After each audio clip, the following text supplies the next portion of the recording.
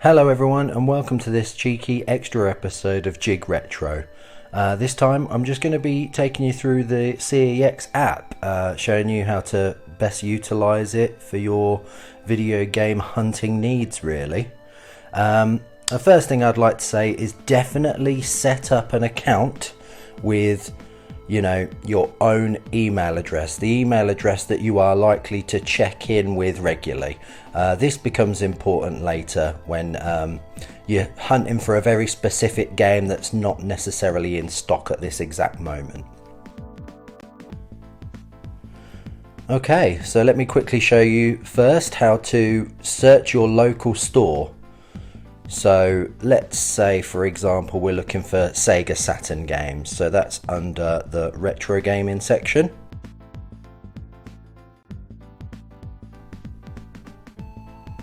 Sega Saturn games, there you go. Okay, so this has brought up 453 results. Obviously that's not everything at my local store, so we'll just filter that down. So if we go to stores, search for stores, and I type in Northampton, which is my local branch. Okay, we'll search for those.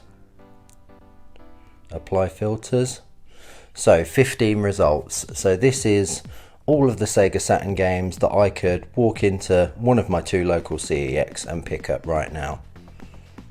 Actually quite a good selection of Sega Saturn games for, usually there's hardly any locally. This is really great.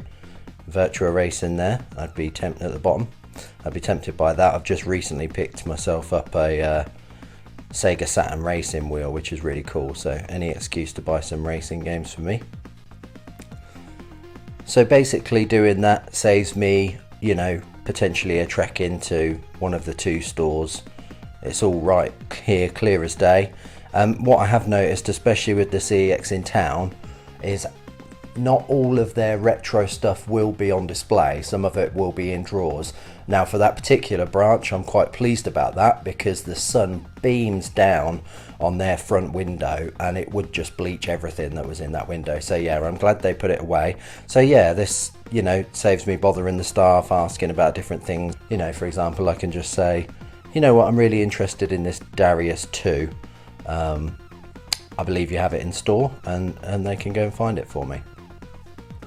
So next I will show you how to search the entire website for video games. So for example, NES software.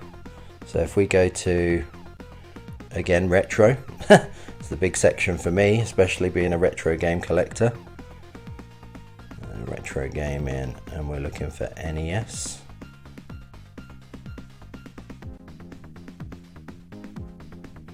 NES software. Okay, so we've clicked on the NES software. So you've got a few different choices at this point. You can either just sort of flick down, or you can sort. So you can sort by most popular, relevance to your search, price low to high, price high to low, and if you're looking for a complete collection, it may be easiest to go for product A to Z. We won't be doing any of that now, we'll just leave it as it is. These filters, you can bring the prices down. Obviously, people have a budget, so they won't necessarily want to spend £350 on a game, so you can bring that right down and just search for games within your price range. Like I showed you earlier, you can search specifically for stores. And then what I tend to at least break down is the condition. I generally don't go for boxed NES games because the cardboard boxes haven't lasted very well at best anyway, and I just think they fit neater on my shelf without the boxes. So anyway, let's just break it down by unboxed. Apply that filter. So yeah, this is specifically now all the unboxed NES cartridges. The delivery charges for CEX are okay. I find they're usually about £2, perhaps £1.50, but it is per item. A bulk order will not help you out on your postage charges, unfortunately, with CEX. So let me quickly show you how to search for a specific game. So for example, actually one of the games I'm hunting for at the minute is Batman Return of the Joker on the NES. So if we just search for that.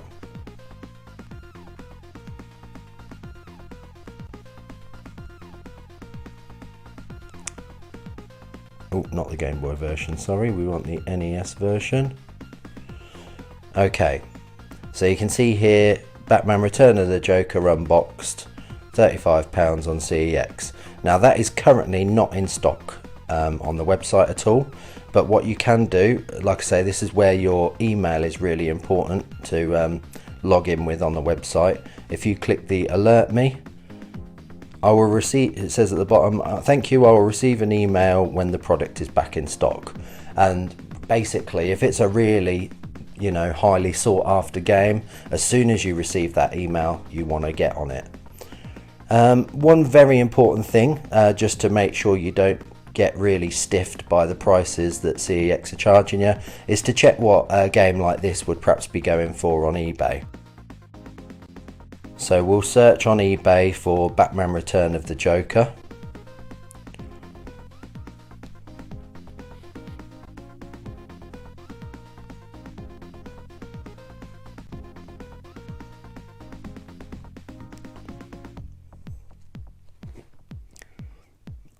We'll just put that sort of price low to high and buy it now, because that's the most, you know, similar thing you're going to be getting to CEX. So let's have a little look. So this is a rare game actually, so I can't imagine this will pop up on CEX's website anytime soon, but the cheapest one seems to be an American import currently at £74 plus shipping. So yeah, if that ever does appear on CEX's website, that'll be an absolute steal. But actually what's more important than what people are trying to sell it for currently is what the item has sold for recently. So if you just click the sold items and the completed items here, and you probably just want to not, you know, change that to lowest price and all listings. So you can see here that actually one of these is sold in the UK for £43. Well, you know, sorry, £40 plus £3 shipping. So that's one of the cheaper ones, and that still is more expensive than what CEX want for it, including their postage. So that's just an example of showing you how potentially CEX prices are not too bad. Definitely had a bit of a price hike recently, but currently on this particular game it would be cheaper to get it from CEX if they get it in stock. It might be one of those situations that when they do get it in stock they actually increase the price quite a bit, but hey ho. So anyway, that was just a quick look at how to really utilize the CEX app. Yeah, I use it a lot. It's one of my most used video game hunting bits of kit. And like I say, if you're shopping in store, it can just save you sort of trying to hunt down these games, especially if they haven't got them on display. And yeah, really good bit of kit. And yeah, for hunting down those rarer games as well, those alerts are really good. Anyway, that's all for this episode, so much love, please look after yourselves and each other and get your geek on with Jig Retro.